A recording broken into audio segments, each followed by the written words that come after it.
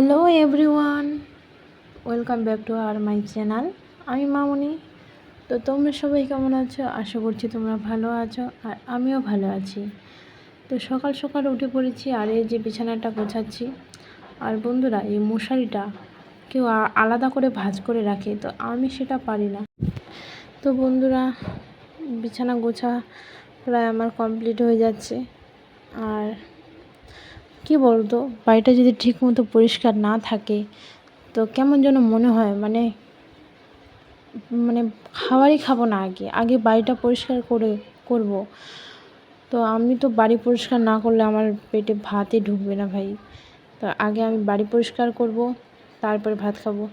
যতই আমার খিদা পাক না কেন, আগে আমি বাড়ি পরিষ্কার করে রাখবো তারপরেই। সো বন্ধুরা, আমার বিছানা গোছা কমপ্লিট, আর এখন চলে আসলাম আলনার কাছে। তো আলনাটা ভালো করে গুছিয়ে রাখবো। আর মা তো স্কুলে চলে গেছে, তার জন্য টাইম পায় না। তো মা 9টার দিকে স্কুলে চলে গেছে, আর তার জন্য আমাকে এগুলা কাজ করতে হচ্ছে। আর জানি তো, বাড়িতে থাকলে কতই কাজ না থাকে, এটা ওটা ওটা। তো তার জন্য এই কাজ, মার শাড়িটা গুছিয়ে রাখছি, আর তারপরে যাব রান্না বান্না করতে। তো আজকে মা রান্না করে যায়নি, কারণ ভাতগুলো না তাড়াতাড়ি রান্না করে রাখলে ঠান্ডা হয়ে যায়।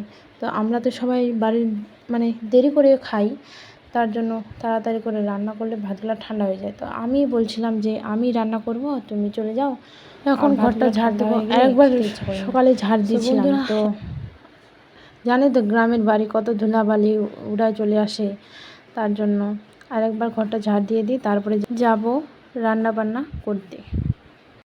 রান্নাবান্না করতে চলে এসেছি, আর এখানে জল দিয়ে দিলাম, ডিম সিদ্ধ করব তার জন্য। আর এই যে দেখো, এখানে 4টা ডিম নিয়েছি। আমি তো ডিম খাই না, কে কে ডিম খাও না একটু প্লিজ কমেন্ট করে জানাবেন। আর এখানে ডিমটা সিদ্ধ করতে দিলাম, আর এইদিকে আমি আটাটা ভালো করে সুন্দর করে মেখে নিচ্ছি, কারণ আমি রুটি খাবো। আর সকালবেলা তাড়াতাড়ি আটাটা আমার মাখা কমপ্লিট হয়ে গেছে। আর এদিকে আমি রুটি ভাজার জন্য কড়াইটা বসিয়ে দিলাম, আর এখানে রুটি বানাবো। রুটি বানানো আমার প্রায় কমপ্লিট হয়ে গেছে। আর এদিকে রুটি আর লাল চা করছি, তো লাল চা আর রুটি খাবো। আর ওইদিকে দেখো বন্ধুরা, ভাত বসিয়ে দিচ্ছি। তো আমার চা বানা হয়ে গেছে, আর এদিকে দেখো আমি চা আর রুটি নিয়ে নিচ্ছি। তো কে কে লাল চা আর রুটি খেতে পছন্দ করো অবশ্যই কমেন্ট করে জানাবেন, আমার তো বেশ ভালোই লাগে। আর এদিকে দেখো, ডিমটা যে সিদ্ধ করতে দিচ্ছি সেটা এখন ছুলে নেব রান্না করার জন্য। ডিম ছোলা কমপ্লিট হয়ে গেছে। আর এদিকে কোয়াশ আছে না, কোয়াশের ভাজা, এটা বসিয়ে দিচ্ছি। আজকে বেশি কিছু রান্না করব না, কোয়াশ ভাজা থাকবে আর আলু শাক থাকবে, তারপরে ডিম কারি। তো এই যে দেখো, আমার কোয়াশ ভাজাটা প্রায় হয়ে যাচ্ছে। আর রান্না করতে করতে এটা মানে পরিষ্কার করতে কার কার এটা অভ্যাস, একটু কমেন্ট করে প্লিজ জানাবে। আমার তো সব সময় এটা হয় আমার সাথে, রান্না করতে করতে পরিষ্কার করা জিনিসটা। তো এখানে পেঁয়াজ কুচি দিয়ে দিলাম। তো প্রায় আমার বন্ধুরা, রান্না করতে করতে দেখো আমার অবস্থাটা, একটু ঘামে কি অবস্থা হয়েছে আমি। আর প্রায় আমার আলু শাকটা রান্না কমপ্লিট হয়ে গেছে। তো এখন ডিমটা ভেজে নেব।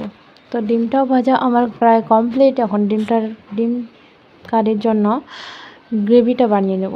তো এই যে দেখো, গ্রেভি থেকে তেল ছেড়ে গেছে, আর আমার রান্না কমপ্লিট। তো আমার রান্না বান্না কমপ্লিট হয়ে গেছে, আর এখন রান্নাঘরটা পরিষ্কার করে নেব। তো রান্নাঘরটা পরিষ্কার করে নিচ্ছি।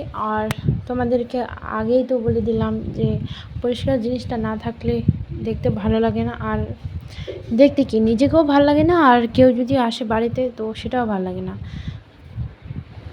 সো বন্ধুরা, পরিষ্কার করা প্রায় কমপ্লিট। তো আমি স্নান করে নিই, তারপরে তোমাদের সাথে দেখা হচ্ছে। সো বন্ধুরা, আমার পরিষ্কার করা কমপ্লিট হয়ে গেছিলো, আর আমি এখন স্নান টান করে খাওয়া দাওয়া করে কমপ্লিট হয়ে গেছি। আর বন্ধুরা, ভিডিওটা ভালো লাগলে অবশ্যই লাইক, কমেন্ট, শেয়ার, সাবস্ক্রাইব করে দেবেন। ঠিক আছে, দেখা হচ্ছে তাহলে নেক্সট ব্লগে। এখনকার জন্য টাটা, বাই বাই।